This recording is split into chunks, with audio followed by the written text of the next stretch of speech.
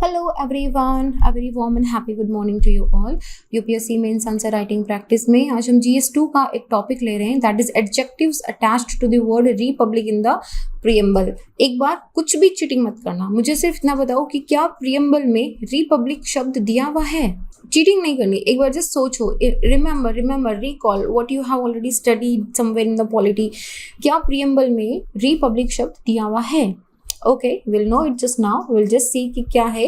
तो हमको आज इसी वर्ड के एडजेक्टिव का मतलब बताना है प्रियम्बल में. इज इट स्टिल रेलेवेंट और नॉट? सो 2016 में एक क्वेश्चन आया था, discuss each adjective attached to the word republic in the preamble. हर एक एडजेक्टिव जो वर्ड प्रियम्बल को रिजेंबल करता है, इसको बताता है प्रियम्बल के अंदर रिपब्लिक शब्द के जो डिफरेंट मीनिंग्स प्रियम्बल के अंदर दिए हुए हैं, उनको हमको डिस्कस करना है. Are they defendable in the present circumstances? क्या प्रेजेंट सर्कमस्टेंसेस में आज भी वो डिफेंडेबल हैं कि क्या? मतलब ये देखो इन्होंने क्या पूछा, इन्होंने स्टैटिक प्लस करंट पूछा है. This is definitely you just see that you can not just leave preamble कि मैंने प्रीलिम्स के लिए प्रियम्बल पढ़ लिया और मैं छोड़ दूँ. You should know each and every word in the preamble, कहाँ दिया हुआ है, कौन सी जस्टिस एंड कौन सी लिबर्टी की हम बात कर रहे हैं वहाँ पे. Everything you must know. Preamble को तो रट्टाफिकेशन कर लो चाहे तो. मतलब मैं पर्टिकुलरली प्रियम्बल का, जैसे हर एक एनसीईआरटी बुक में ना प्रियम्बल आगे लिखा हुआ है, तो मैंने भी ये करा था, उसको मैंने फाड़ के वहाँ से अपनी जो डोर होता है ना वहाँ पे चिपका लिया था. तो निकलते करते जैसे भी नजर पड़ती जाती है ना, तो आपको सबकॉन्शियसली याद रहता जाता है. So you can also do that because it's very important that you know each and every word written in the preamble. Right, okay, so first let's answer the question कि क्या रिपब्लिक हमारे preamble में है या नहीं है. Alright, let's just see. It is, I don't think it is not right because Republic नहीं दिया हुआ है. रिपब्लिक क्या हो सकता है, वो वर्ड दिए हैं. The Constitution of India preamble, we the people of India having solemnly resolved to constitute India into a sovereign socialist secular democratic republic and to secure to all its citizens justice. कौन कौन सी? Social, economic and political. Liberty कौन सी? किसकी? Thought की, expression की, belief की, faith and worship की. इक्वालिटी किसकी? Status and opportunity to promote among them all. Fraternity assuring the dignity and individual of the individual and the unity and integrity of the nation. दोनों, individual की भी और nation दोनों की dignity, unity and integrity के बारे में बात करी गई है. इन अवर कॉन्स्टिट्यूशन असेंबली 26 नवंबर 1949 को हियर बाय अडॉप्ट कर रहे हैं, इनेक्ट कर रहे हैं और खुद को ये कॉन्स्टिट्यूशन दे रहे हैं. तो this was the constitution. Now मुझे बताओ कि क्या यहाँ पे कहीं पे भी शब्द रिपब्लिक दिया हुआ है? नहीं. Then which are the words which should resemble कि रिपब्लिक क्या होता है? ठीक है, सबसे पहले तो रिपब्लिक होता क्या है? रिपब्लिक एक ऐसी गवर्नमेंट कही जाती है जिसके अंदर लोगों का राज होता है. You know, to the people, for the people, by the people. ये जो कॉन्सेप्ट है ये हमारा गणतंत्र का है. लाइक गणतंत्र, लोकतंत्र, विच इज ऐसा एक तंत्र जो लोगों के द्वारा चलाया जा रहा है. तो रिपब्लिक एक ऐसी फॉर्म ऑफ गवर्नमेंट को बोलते हैं जहाँ पे जो पावर है वो लोगों के द्वारा होल्ड होता है. जो रिप्रेजेंटेटिव है वो इलेक्ट करे जाते हैं, वो मोनार्की में नहीं आते, किसी हेरिडेटरी पोजीशन उनको नहीं मिलती है, उनको इलेक्ट करा जाएगा, उनको चुना जाएगा. कौन चुनेंगे? The people of the country चुनेंगे. ठीक है, तो यहाँ पे स्टेट जो है वो पब्लिक मैटर होता है, प्राइवेट या मोनार्क या जो राजतंत्र होता है वो नहीं होता है. यहाँ पे लोकतंत्र होता है, तो उसको हम रिपब्लिक बोलते हैं. नाउ प्रियम्बल के अंदर कौन से ऐसे वर्ड्स हैं जो रिपब्लिक को रिजेंबल करते हैं? Sovereign, socialist, secular, democratic, republic. ठीक है, so this is the word republic here. Okay, coming to the, हम लोग इसको कैसे एक्सप्लेन करेंगे. देखो, प्रियम्बल ऑफ द कॉन्स्टिट्यूशन ने ये वाले जो वर्ड है आपको सारा नहीं लिखना है. If you don't remember, it's perfectly fine. You just have to write the sovereign, socialist, secular and democratic republic की बात कर रहे हैं हम. 42nd कॉन्स्टिट्यूशनल अमेंडमेंट में सोशलिस्ट एंड सेक्युलर ऐड करा गया था. उससे पहले सोवरेन डेमोक्रेटिक रिपब्लिक था. अब ये sovereign, socialist and secular democratic Republic है जो 42nd कॉन्स्टिट्यूशनल अमेंडमेंट में ऐड करा गया था. सबसे पहले सोवरेन का मतलब क्या होता है? सोवरेन का मतलब होता है कि ये एक इंडिपेंडेंट एंटिटी है, ये किसी और कंट्री के वश वश में नहीं है, किसी और कंट्री के अंडर नहीं है। यहाँ पे जो तंत्र चलता है, जो सरकार चलती है, वो यहीं के लोग चलाते हैं, उसको बोलते हैं सॉवरीन होना। It is not under the rule और control of any other country. जैसे ही याद करो 1947 के अंदर जब हमको इंडिपेंडेंट मिल रही थी तो हमको डोमिनियन स्टेटस देने की बात कर रहे थे ब्रिटिशर्स, कि हम डोमिनियन स्टेटस दे देंगे, उसके अंदर जो फॉरेन है, कम्युनिकेशंस हैं, सिक्योरिटी है, ये सब हम अपने पास रख लेंगे। देन वी सेड कि नहीं ब्रो, ऐसा थोड़ी होता है। Like dominion is not complete independence, sovereign is complete independence. You take the decision, whatever matter you have the decision without worrying to say कि what other country would be having an opinion about. तो government action लेती है जो country और उसके citizens के लिए favourable होते हैं without worrying about the international consequences. That means each and every matter of the country is in the hand of the country only. कोई बाहर की दूसरी कंट्री या कोई दूसरा पर्सन आपका डिसीजन नहीं लेता है। जैसे एब्रोगेशन ऑफ आर्टिकल 370 जो था, ये sovereign right of Indian state था, ठीक है। सो ये सॉवरेनिटी हो गई। सोशलिस्ट क्या होता है? सोशलिस्ट एक ऐसी स्टेट पॉलिसी होती है, इंडिया ने, जैसे जवाहरलाल नेहरू थे वो सोशलिस्ट थे, तो एक सोशलिस्ट एक ऐसी पॉलिसी है जिसके अंदर the government is obliged to take care of the people. ये हम बोलते हैं कि हम सोशलिस्ट ओरिएंटेड है, विच मीन्स कि वी जैसे कि रशिया है, रशिया सोशलिस्ट ओरिएंटेड। तो यहाँ पे पब्लिक, या बोल सकते हो कि गवर्नमेंट रूलिंग ज़्यादा है, प्राइवेट रूलिंग कम है। एक होता है कैपिटलिस्ट, एक होता है socialist. Capitalist is like more like private, public making, materialism.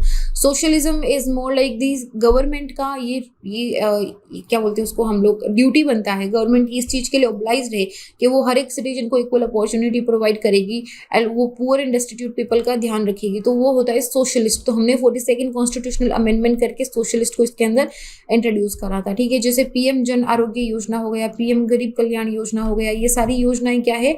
Socialist है। Then we have the secular. Secular का मतलब होता है कि हम जिसको बोलते हैं ना कि सर्वधर्म वाला, ठीक है। We don't promote any one religion. किसी एक रिलीजन को प्रमोट नहीं करा जा रहा है, किसी एक रिलीजन को एक्स्ट्रा अपॉर्चुनिटीज या प्रिविलेजेस नहीं दिए जा रहे हैं। तो हम हर एक धर्म को, एवरी रिलीजन पॉलिसी को इक्वल ट्रीटमेंट मिलता है। वेरिन जो इंडिविजुअल एंड ग्रुप है, चाहे वो किसी भी रिलीजन से बिलोंग करते हो, आपकी कास्ट के बेसिस पे, रिलीजन के बेसिस पे डिस्क्रिमिनेशन नहीं होगा। That is the secularism. Secular की बात करते हैं हम।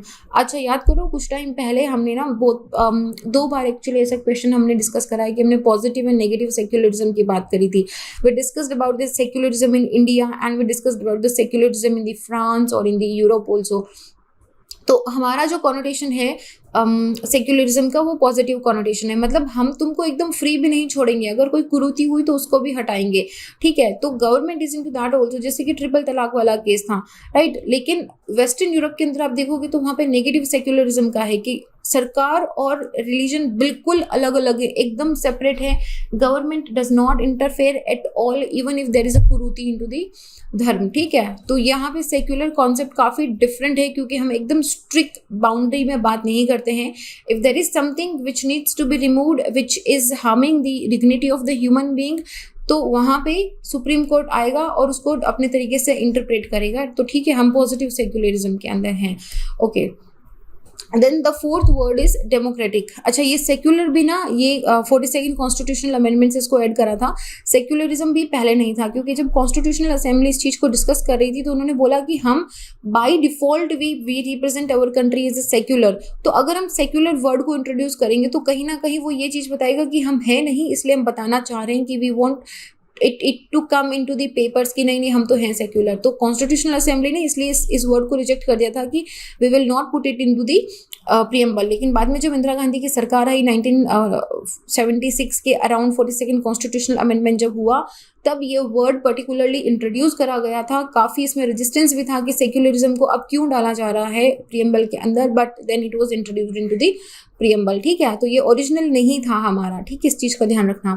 फोर्थ आता है हमारा डेमोक्रेटिक। डेमोक्रेटिक का मतलब क्या होता है? भाई यहाँ पे जो जनता है वो लोगों ने चुनी है, ठीक है, लोगों की चुनी हुई सरकार है यहाँ पे, उसको बोलते हैं डेमोक्रेटिक। तो इंडिया में इनडायरेक्ट डेमोक्रेसी, डेमोक्रेसी के डिफरेंट 4 टाइप्स होते हैं। तो डायरेक्ट और इनडायरेक्ट। डायरेक्ट डेमोक्रेसी में क्या होता है कि डायरेक्टली जैसे कोई बिल बना है ठीक है, जैसे कोई बिल का ड्राफ्ट है तो उसको क्या करेगा कि उसको पब्लिक में सर्कुलेट कर दिया जाएगा, पब्लिक को साथ में लेके उसकी वोटिंग करी जाएगी कि बिल को पास करना है नहीं करना है। इनडायरेक्ट डेमोक्रेसी में ऐसा कुछ नहीं होता है।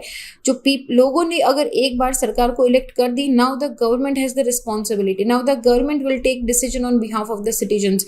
लोगों के बिहाफ पे गवर्नमेंट अब डिसीजन लेगी। जैसे आपने देखा होगा कि जो बिल है वो हमारे यहाँ पे क्या होता है, पार्लियामेंट के अंदर या स्टेट लेजिस्लेचर जो होता है वहाँ पे डिबेट होगा, वहाँ पे अपोजिशन कुछ बोलेगी, उसमें अमेंडमेंट्स आएंगे, उसके अंदर करेक्शंस आएंगे, फिर फाइनली बिल पास होता है। बिल को पब्लिक के अंदर, पब्लिक नोटिस के अंदर डाला जाता है so that the people can know, वो बात कर सके, वो उस बिल के बारे में चर्चा कर सके, उसके डिफरेंट प्रोविजंस को पढ़ सके, डिफरेंट प्रोविजंस के बारे में अगर उनको कोई सजेशंस हैं या फिर अगर कोई इश्यूज हैं तो उनको भी रिजॉल्व करा जा सके। 73rd and 74th constitutional amendment के अंदर दिस डीपन्ड द डेमोक्रेसी, और इन्होंने डायरेक्ट डेमोक्रेटिक पार्टिसिपेशन के लिए भी एवेन्यूज को इंक्रीज कर दिया था। तो ये हो गई हमारे डेमोक्रेसी कि लोगों ने जिस सरकार को, जिन लोगों को चुना है, the representative of the people, they will be taking decision. हमारा ये वाला डेमोक्रेसी है, राइट। ओके, सो प्रियम्बल जो है, सुप्रीम कोर्ट ने ये केशवानंद भारती 1973 में बोल दिया था कि प्रियम्बल जरूरी है for the interpretation of the constitution, जरूरी है, लेकिन ये नॉन जस्टिएबल है। जैसे कि फंडामेंटल राइट्स है, फंडामेंटल राइट्स में क्या है, अगर आपका फंडामेंटल राइट ब्रीच होता है, आप सुप्रीम कोर्ट के पास सीधा जा सकते हो या फिर आप हाई कोर्ट के पास भी जा सकते हो कि मेरा फंडामेंटल राइट ब्रीच हो गया है। लेकिन अगर आपका प्रियम्बल या आपका हमारा जो directive policy of the state है, अगर वो हमारा ब्रीच होता है तो आप नहीं जा सकते, क्योंकि वो नॉन जस्टिएबल है। सुप्रीम कोर्ट उन पे आपको रिट नहीं डाल सकता, ठीक है, दिस इज नॉन जस्टिएबल।